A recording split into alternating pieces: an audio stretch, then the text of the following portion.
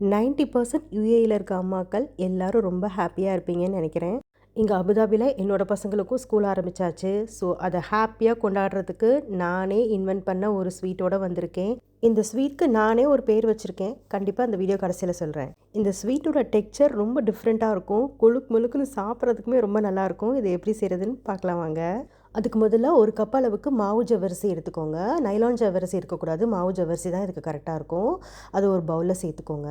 இப்போ அது கூடவே வெதுவெதுப்பான தண்ணி எடுத்துக்கோங்க. உங்கள் கை பொறுக்கிற சூட்டில் இருக்கணும் தண்ணி.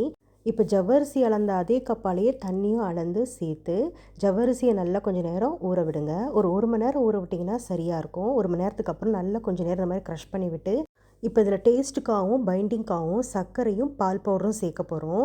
இது ரெண்டும் சேர்க்குறதால ஜவ்வரிசியில் ஒரு பிளாண்டு டேஸ்ட் இருக்கும், அதை எடுத்துரும். அட் த சேம் டைம் பைண்டிங்கும் கொடுக்கும். நல்லா உங்களுக்கு உருண்டை பிடிக்கிறதுக்கும் ஈஸியாக இருக்கும். சுகர் சேர்த்தோடனே லேசாக இலக்கி கொடுக்கும். அதை வச்சு அழகாக அது மாதிரி ரவுண்டாக பால்ஸ் பிடிச்சி எடுத்து வச்சுக்கோங்க. இது அப்படியே நார்மல் ஃப்ரிட்ஜில் ஒரு 5 to 10 மினிட்ஸ் வச்சிங்கன்னா உங்களுக்கு ஈஸியாக இருக்கும் அடுத்த ஸ்டெப்க்கு. இப்போ ஒரு கடாயில் பசும்பால் ஒரு லிட்டர் அளவுக்கு சேர்த்து நல்லா கொதிக்க விடுங்க. இப்போ வேறு ஒரு சின்ன கப்பில் சூடான பால் கொஞ்சமாக ஊற்றிட்டு அதில் சாஃப்ரன், இது ஆப்ஷனல் தான், உங்ககிட்ட சாஃப்ரன் இருந்தால் சேர்த்துக்கலாம், இல்லாட்டினா வேறு என்ன பண்ணுறதுன்னு நான் வீடியோவில் சொல்கிறேன். சாஃப்ரனை சேர்த்து நல்லா கரைச்சி எடுத்துக்கோங்க. இப்போ இங்கே பால் நல்லா கொதி வந்துருச்சு. கொதி வந்த பாலில் ஜவ்வரிசி உருண்டைகளை ஃப்ரிட்ஜிலேருந்து எடுத்து சேர்த்துக்கோங்க. இப்போ அதை கலந்து விடக்கூடாது. அப்படியே மூடி போட்டு ஒரு 5 மினிட்ஸ் மிதமான தீயிலே நல்லா வேக விடுங்க. அதுக்கப்புறமா உங்கள் இனிப்புக்கேற்ற சர்க்கரை சேர்த்து இப்போ நல்லா கலந்து விடுங்க. இப்போ ஜவ்வரிசி நல்லா ஒரு பாதி அளவுக்கு வெந்திருக்கும். இப்போ அதில் நம்ம கலந்து வச்ச அந்த சாஃப்ரன் மில்கை சேர்த்து திரும்ப நல்லா கலந்து விட்டுக்கோங்க.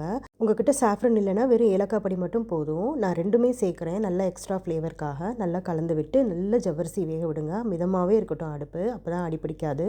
அவ்வளோதான், சூப்பராக வெந்து வந்துடும். இப்போ அதில் உங்களுக்கு பிடிச்ச மாதிரி நட்ஸ் தூவி இறக்கிற வேண்டியதான். இந்த ஸ்வீட்டை 2 விதமாக சாப்பிட்லாம். இந்த வெயில் காலத்துக்கு ஏற்ற மாதிரி ஃப்ரிட்ஜில் வச்சு சில்லுன்னு சாப்பிட்லாம், சூடாகவும் சாப்பிட்லாம். சூப்பராக இருக்கும். இந்த ஸ்வீட் குழந்தைங்களுக்கு பிடிச்ச மாதிரி நல்லா கொழுக்கு முழுக்குன்னு சாஃப்டாக சாப்பிட்றதுக்கு நல்லா சூயியாக இருக்கும். இதுக்கு நான் வச்ச பேர் பாயாசகுல்லா.